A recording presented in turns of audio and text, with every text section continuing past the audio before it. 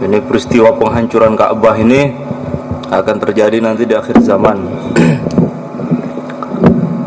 Ya, waktunya itu para ulama pengamat Asyratus Sa'ah itu mereka memprediksi kira-kira ada yang mengatakan pada zaman Nabi Isa, tapi yang lebih disahihkan itu ketika sudah tidak ada lagi yang mengucapkan Allah lagi, sudah nggak ada.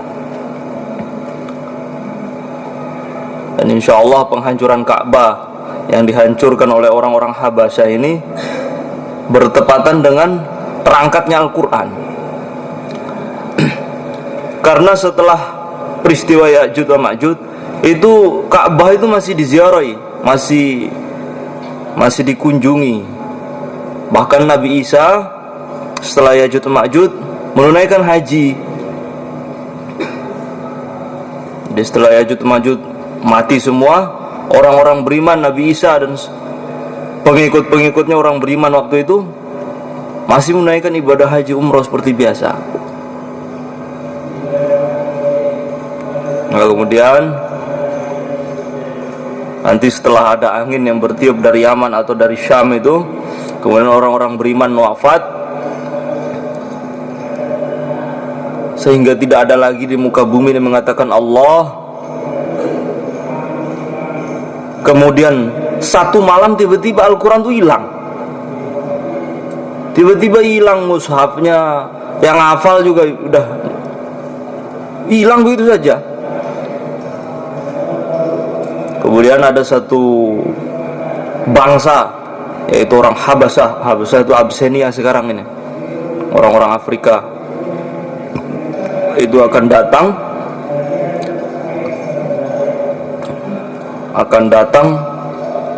ke tanah haram, yang mana ekspedisi ini tujuannya untuk menghancurkan Ka'bah. Kemudian Nabi ceritakan secara khusus siapa yang merobohkan Ka'bah, namanya Zulsuwaiqatain.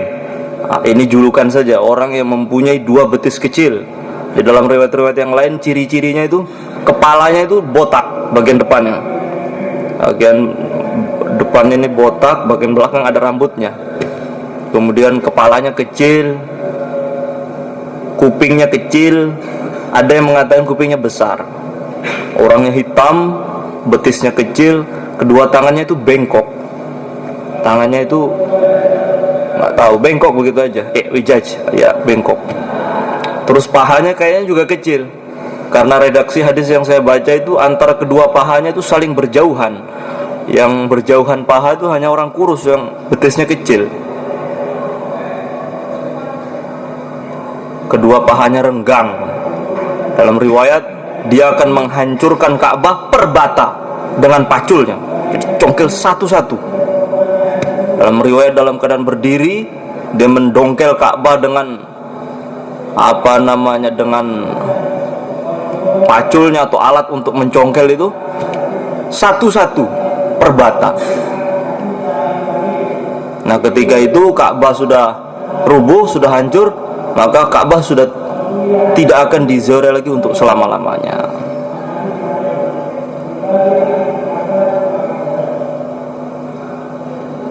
Ini termasuk bangsa yang nggak boleh diusik ini, Habasyah ini.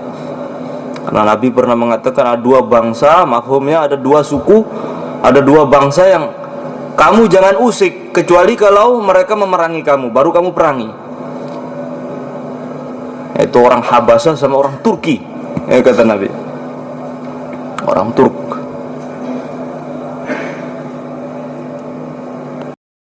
Akan tetapi secara sekilas kalau kita perhatikan, dulu pada zaman dahulu pernah ada misi penghancuran Ka'bah, yaitu orang-orang Habasyah yang dipimpin oleh Abraha dulu.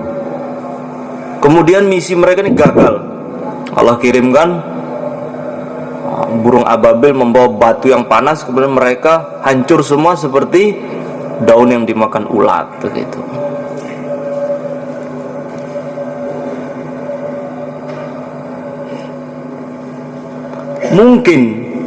Kemungkinan karena namanya sejarah itu selalu berulang. Sejarah itu selalu berulang. sebagaimana dulu zaman jahiliyah disembahnya Lata dan Uzza, kemudian orang-orang suku Daus akan kembali tawaf di sekitar Zulkhulasah. Zaman jahiliyah dulu itu, nanti di akhir zaman akan kembali seperti jahiliyah yang dulu. Lata dan Uzza dengan berhala nama yang sama akan disembah lagi. Zulkhulasah yang berhala yang ditawafi oleh orang suku Daus, kembali suku Daus akan mentawafi berhala yang sama namanya. Berarti jahiliyah itu berulang lagi seperti yang dulu. Cuman ada bedanya dikit. Perbedaannya dulu orang-orang yang berhala ya menyembah kehidupannya biasa-biasa saja. Akan tetapi nanti di akhir zaman orang-orang yang menyembah berhala itu rezekinya tambah lancar, kehidupannya tambah baik. Namanya istidraj. Jadi adanya itu semua biar mereka tambah terpuruk dalam kekufuran itu. Nah, kemudian di antara putaran sejarah dulu zaman sebelum Nabi diutus ada jahiliyah, akan kembali jahiliyah kedua. Ia Lata dan Uzza disembah lagi, orang-orang Daus akan menawafi Zulkhulasah, berhala yang ada di sana. Kemudian akan dihancurkanlah Ka'bah lagi seperti misi Abraha dulu ingin menghancurkan Ka'bah. Cuman bedanya dulu zaman Abraha ketika menghancurkan Ka'bah itu gagal. Akan tapi di akhir zaman karena tidak ada harapan lagi akan munculnya orang beriman, maka misinya berhasil. Dihancurkan oleh Zulkhulasah ini, orang yang memiliki betis yang kecil ini. Adapun misinya wallahu taala alam, kira-kira ini menurut saya aja, tapi ada ulama yang mengatakan seperti itu juga. Kira-kira mungkin tujuannya juga sama seperti Abraha dulu. Jadi Abraha itu dia membangun kanisah. Kanisah itu apa ya? Gereja di Yaman sana. Membangun kanisah. Kemudian dia iri dengan keberadaannya Ka'bah diziarahi oleh orang banyak itu. Kemudian dia membangun satu peribadatan yang megah, yang indah, supaya orang-orang cenderung untuk mendatangi, tapi nggak ada yang datangi. Malah ketika setelah dibangun banyak yang berak di situ, yang mencingi, marah.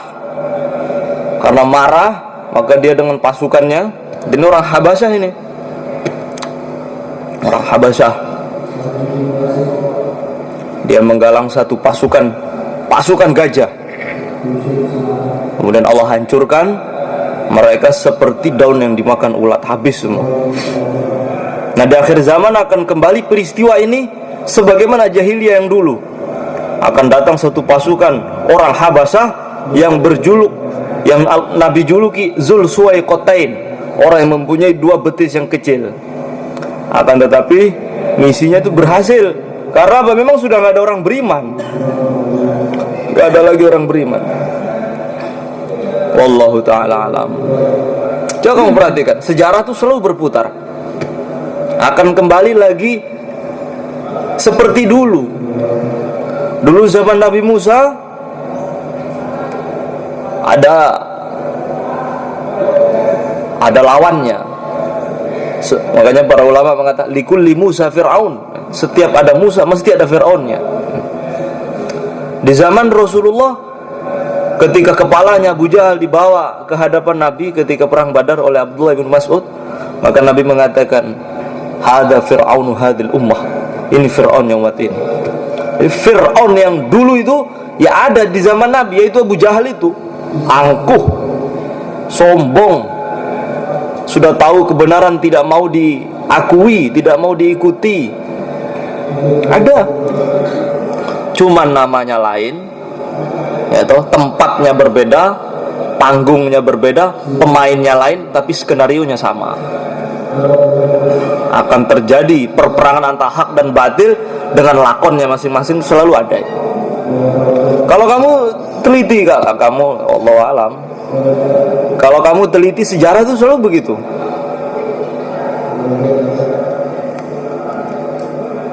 Bahkan Ibnu Arabi itu mengatakan,